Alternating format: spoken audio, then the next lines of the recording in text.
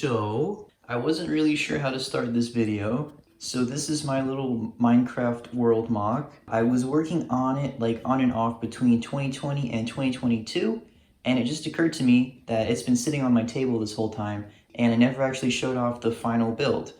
And so I figured I would just go through that really quickly before I tear it down so I can build something else. Oh my god! This is built on 10 32 by 32 base plates. This little Minecraft world exists in like right after the most recent Nether update came out, because that was the most recent one when I started working on it, and it just hasn't been updated since. So some of the stuff's a little bit outdated, but it's fine because it's Minecraft. So without further ado, let's just get right on into it. So we'll start over here on this little desert mesa section and work our way to the left. In the very front here, we have a little nether portal that's been set up. I was gonna build another extension, like connected to the nether railway set, but that just never happened. It's fine. And we have some very, very poor TNT storage here. Don't ever store your TNT like that. That's very bad. We move on. We have a desert well, which some might argue is the most pointless structure in the game, but it's fine. Then we, of course, we have a big desert temple back here.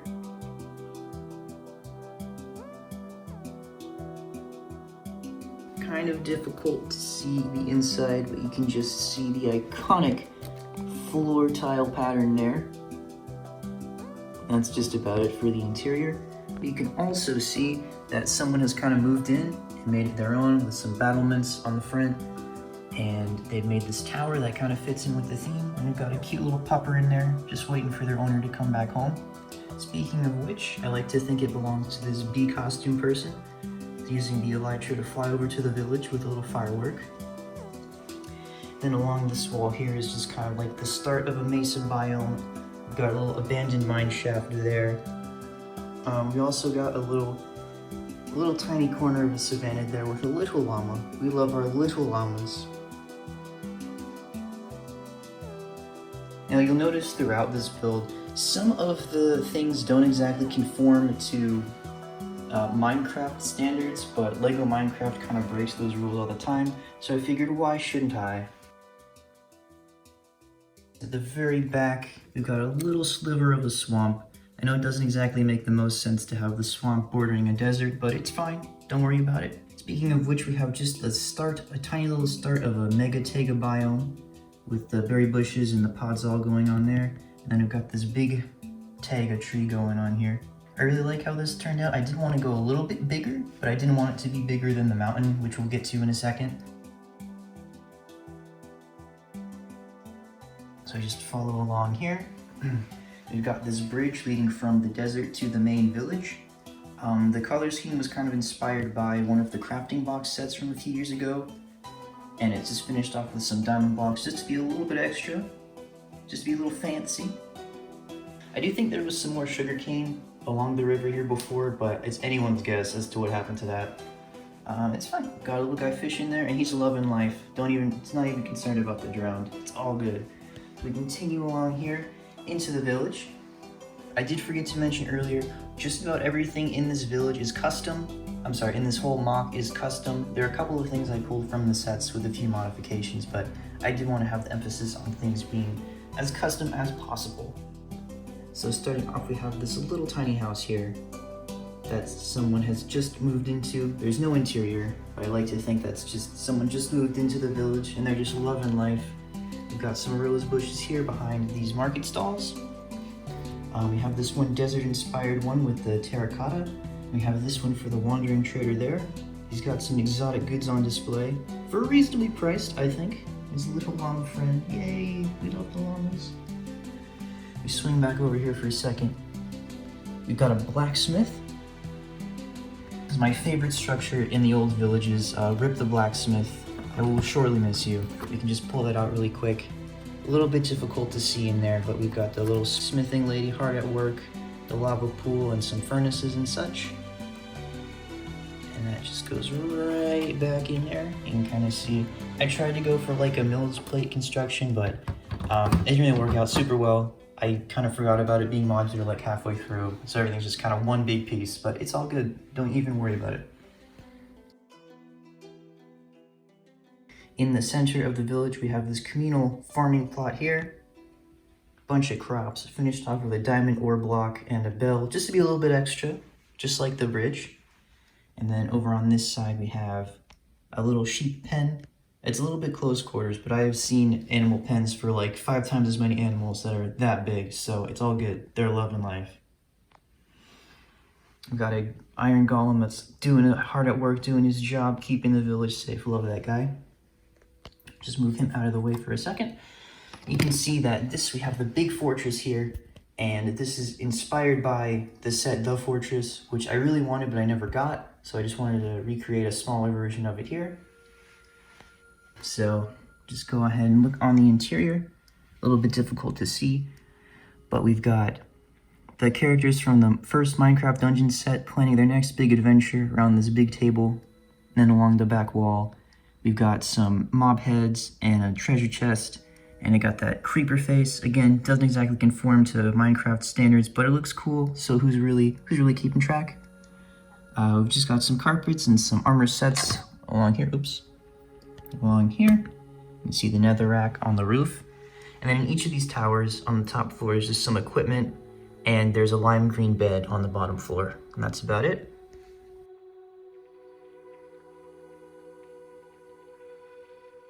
And we'll swing along this path here. We've got this little chicken coop that was taken from the chicken coop set, just cuz. And then in the back here, we've got this little stable for my one Minecraft horse. And then we have this little L-shaped house here, which was inspired by some of the village buildings in the game. And this, take off the roof really quick. You can kind of see the interior. This is meant to be like magic place, magic area, I don't know what you call it, but anyway, we've got a magic house, if you will. There's the custom brewing stand there, and we've got the custom enchanting table, and just lots of bookshelves, and some other magic-y things, just for funsies. We all love a little alchemy every now and then. So just replace that.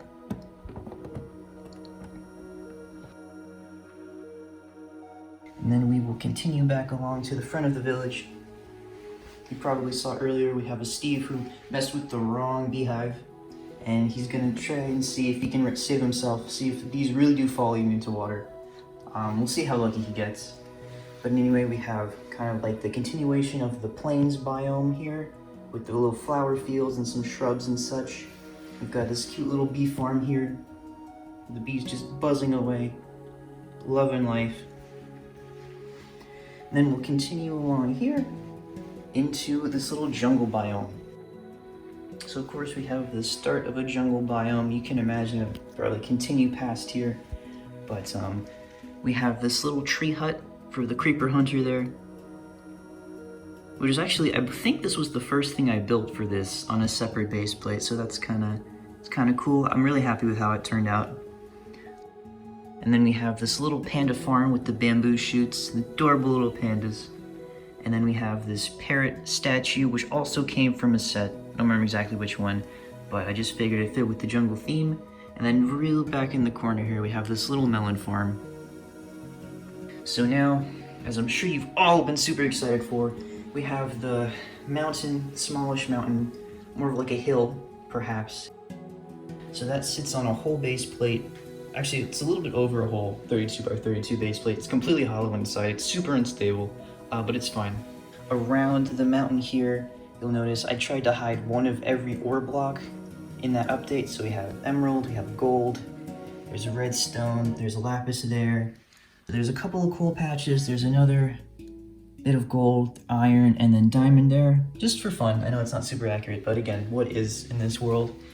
And also here we have this little cave mouth. Sorry about my finger. We have this little cave mouth with a dungeon in there. It's a little bit difficult to see, but there's a zombie spawner in there, and a spider web and such. And we'll swing around back here. And then we will go up the top. We have this snowy biome. You can imagine this could be like just snow or extreme hills or whatever, doesn't matter. On the very edge here, we have this player using the old zombie pigman map for their skin. I really loved the old zombie pigman that have since been replaced by the Hoglins, so rip those guys, I love them, that's why he's there. We've got a snow golem, I love these guys too. And then we get into the rest of the biome. There's like a river that's kind of started to thaw, and then that leads down into the waterfall that goes down to the jungle river below, which you saw before. And then the main structure here is this igloo, which was based off of the set, which I think was called the Igloo. I just built it from the instructions with a little bit extra. There's a little bit of an interior in there. Pretty modest, all things considered. Got a little bed and a chest and a little item frame with a sword, because who would use a gold sword other than for display? Then we have this little ruined portal here, and a little friend trying to tame this wolf so he can have a little pupper for himself. And so, I do believe that's just about everything for this display. I'm sorry if the camera work was terrible. I tried to do my best. I'm sorry about you seeing my finger. I've really enjoyed seeing this on my table for the past few years, but now it's time to take it apart and build something else. So I'm gonna miss this display, but thank you for taking the time to go through it with me. Yeah, I guess we'll just see what happens. Okay, bye!